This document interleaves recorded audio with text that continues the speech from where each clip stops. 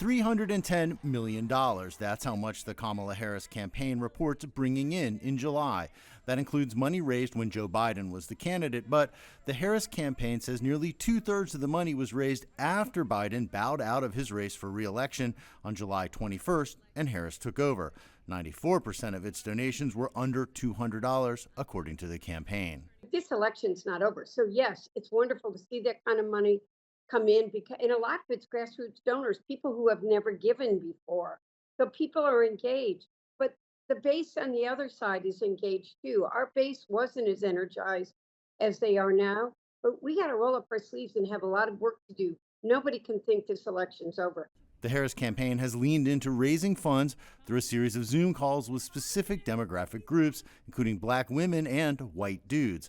The campaign hopes for more fundraising bumps when Harris names her vice presidential pick and again when the Democrats hold their convention later in August.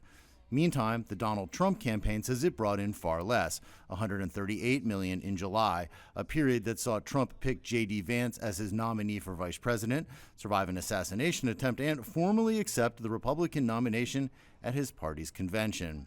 4 months from now, we will have an incredible victory, and we will begin the 4 greatest years in the history of our country.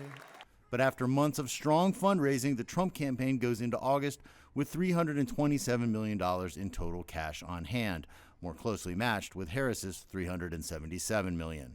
Voters have been inundated with phone calls, text messages, and emails from both campaigns asking for money. That outreach is likely to increase as both campaigns ramp up spending on advertising, travel, and campaign staff heading towards November's election. Jim Spellman, CGTN, Washington.